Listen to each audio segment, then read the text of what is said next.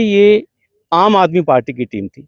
ये उन्होंने, क्योंकि मेराज मलिक स्टेट प्रेसिडेंट है आम आदमी पार्टी के, तो उनकी जो सेंट्रल लीडरशिप है, तो उन्होंने आफ्टर कंसल्टेशन ही इस टीम का अनाउंसमेंट की थी। कोतवाल साहब ने खुद बताया कि संजय सिंह जी ने उनसे बात की थी। तो अब कोतवाल साहब की जो ऑब्जर्वेशंस हैं या जो उनकी कंप्लेंट्स हैं, वो सर माथे पे, वो मैंने आपको पहले ही कहा, हम उस बीच में नहीं मैं आना चाहता हूँ, क्योंकि मुझे उनका बड़ा रिगार्ड है, रिस्पेक्ट है। हमारे आपस में कोई झगड़ा नहीं है, कोई लड़ाई नहीं है। लेकिन मैं सिर्फ इतनी बात कहूँगा कि डैंग साहब, आप मुझे काफ़ी देर से जानते हैं। एडवोकेट शेख शकील जी हमारे साथ मौजूद है। बात करेंगे शकील सर, आज जिस तरह से निर्मल कोतवाल साहब जो कि बार एसोसिएशन के प्रधान भी और सीनियर एडवोकेट भी हैं, उन्होंने आपकी जो एक टीम का गठन किया गया था उसको लीड कर रहे थे वो, और लीडर ही जो है टीम को छोड़ करके साइड मार गए हैं। अब इस टीम का क्या होगा? डैंग साहब, ये निर्मल कोतवाल साहब, जो कि हमारे बड़े भाई हैं, एक एमिनेंट लॉयर भी हैं, जम्मू बार के सदर भी हैं। ये उनका अपना एक ज़ाती फ़ैसला जो उन्होंने लिया, अपनी विज़डम में उन्होंने लिया। टीम मेंबर्स के साथ कोई बात नहीं हुई? नहीं, हमसे उन्होंने कोई इसमें मशवरा नहीं लिया। मैंने कहा उनका अपना एक ये ज़ाती फ़ैसला है और वो ले सकते हैं, ऐसी कोई बात नहीं है।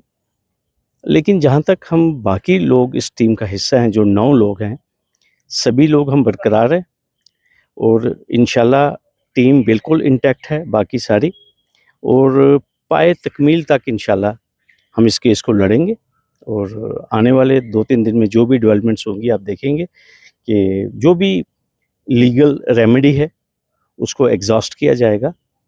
हम कोशिश करेंगे कि मज़बूती के साथ जो मेराज मलिक का पक्ष है वो अदालत आलिया में रखा जाएगा, और आप देखेंगे कि जो भी उसके खिलाफ एलिगेशंस हैं ग्राउंड्स ऑफ डिटेंशन में, जो भी कानूनी प्रावधान है उनके मुताबिक उनका याचिका में जवाब दिया जाएगा। क्योंकि सब कुछ नाराजगियां जताई हैं निर्मल जी ने कि जो व्यक्ति इस देश के खिलाफ बात करता हो, जम्मू कश्मीर को जो है भारत का अंग ना मानता हो, जो व्यक्ति मिलिटेंटों को अपना आइडियल मानता हो, या जो अभी कुछ दिन पहले ही जो आपने देखा होगा रेबल जी आए और उन्होंने डोनेशन का भी डिमांड किया, इस तरह की चीजें। और एक चीज उन्होंने और कही कि ये जो टैग लगाया गया कि आम आदमी पार्टी ने जो है इस टीम का गठन किया है, तो ये तो नॉन पॉलिटिकल है बार एसोसिएशन, तो इसमें आम आदमी पार्टी का कोई रोल नहीं होना चाहिए था। ये कुछ नाराजगियां जो है निर्मल जी ने जताई हैं। देखिए, मेरे बड़े भाई हैं, मैंने आपको पहले कहा, अब जो उनका फ़ैसला है मैं उसके ऊपर कोई टिप्पणी नहीं करूँगा। जहाँ तक मेराज मलिक के क्रेडेंशियल्स की अभी बात की जा रही है, वो मेरिट्स, डीमेरिट्स उन एलिगेशंस के क्या हैं, वो तो कानून एजेंसीज़ उसको देखेंगी, बिल्कुल। ठीक है? जो टीम का गठन किया गया था, हमारे जो एडवोकेट्स हैं, जब भी कोई क्लाइंट नॉक करता है तो वो पहले पूछता है बिल्कुल। कि भई आप हमारी इस टीम का हिस्सा बनेंगे? इसका ये मतलब नहीं कि ये आम आदमी पार्टी की टीम थी। ये उन्होंने, क्योंकि मेराज मलिक स्टेट प्रेसिडेंट है आम आदमी पार्टी के, तो उनकी जो सेंट्रल लीडरशिप है, तो उन्होंने आफ्टर कंसल्टेशन ही इस टीम का अनाउंसमेंट की थी। कोतवाल साहब ने खुद बताया कि संजय सिंह जी ने उनसे बात की थी। तो अब कोतवाल साहब की जो ऑब्जर्वेशंस हैं या जो उनकी कंप्लेंट्स हैं, वो सर माथे पे, वो मैंने आपको पहले ही कहा, हम उस बीच में नहीं मैं आना चाहता हूँ, क्योंकि मुझे उनका बड़ा रिगार्ड है, रिस्पेक्ट है। हमारे आपस में कोई झगड़ा नहीं है, कोई लड़ाई नहीं है। लेकिन मैं सिर्फ इतनी बात कहूँगा कि डैंग साहब, आप मुझे काफ़ी देर से जानते हैं। कभी रास्ते में कोशिश की मैं चीज़ों को छोड़ूँ ना। इस बात के लिए बड़े लोग मुझसे खफ़ा रहते हैं कि जब मैं कोई काम शुरू करता हूँ, अगर मैंने कहा बंगले खाली होने चाहिए, तो जब तक ताले नहीं लगे, तब तक छोड़ा नहीं। 6 साल, 7 साल लड़ते रहे। और आप देखिए, अगर माता वैष्णो देवी में स्टैम्पीड होता है, तो मैं उसके लिए लड़ाई लड़ता हूँ। उस लड़ाई को 22 में शुरू करता हूँ, 25 अप्रैल तक लड़ता हूँ। उसके बाद जाके कंटेम्प्ट क्लोज़ हुई है।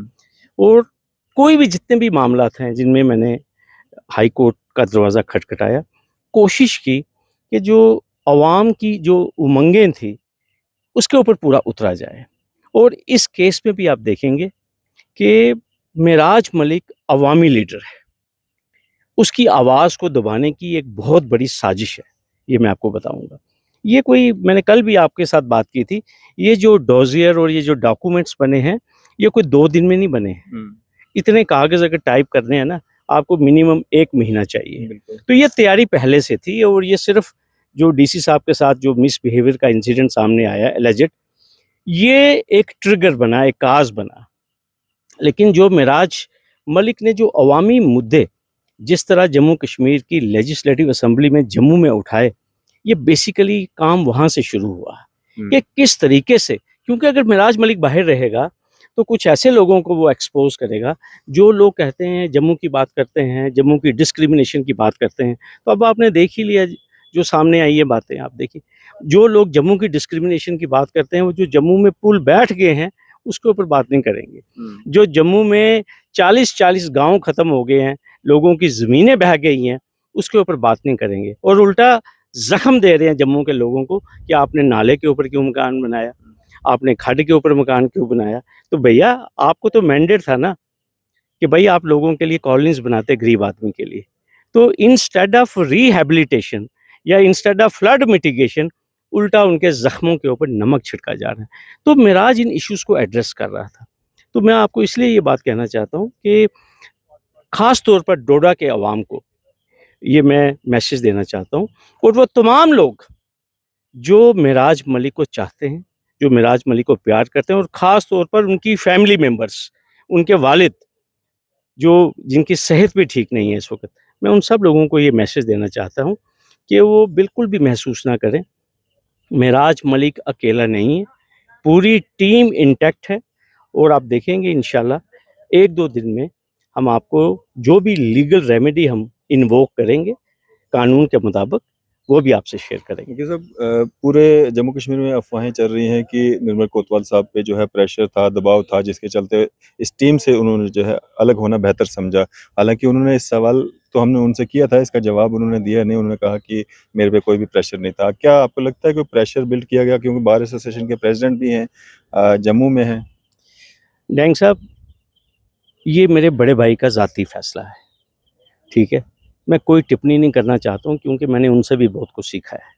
मैं आपको ये कहूँगा, और ये हमारे प्रोफ़ेशन की ये यही हॉलमार्क है कि हम अपने सीनियर्स का अदब करते हैं, रिस्पेक्ट करते हैं। उनके ऊपर दबाव था, नहीं था, ये मेरे बड़े भाई ने इस बात के ऊपर जवाब देना। मैं इसके ऊपर जवाब देता हुआ उनकी विज़डम को क्वेश्चन करना, ये मैं कभी ये मैं सोच भी नहीं सकता ऐसे। चलिए, शुक्रिया हमारे साथ बातचीत करने के लिए। Thank you sir, thank you. Advocate Sheikh Shakeel ji हमारे साथ बात कर रहे थे। आपकी इस सब पे क्या राय है? आप अपनी राय जो है ज़रूर साझा कीजिएगा। इसी तरह की मज़ीद अपडेट्स के लिए आप देखते रहें न्यूज़ शहर इंडिया।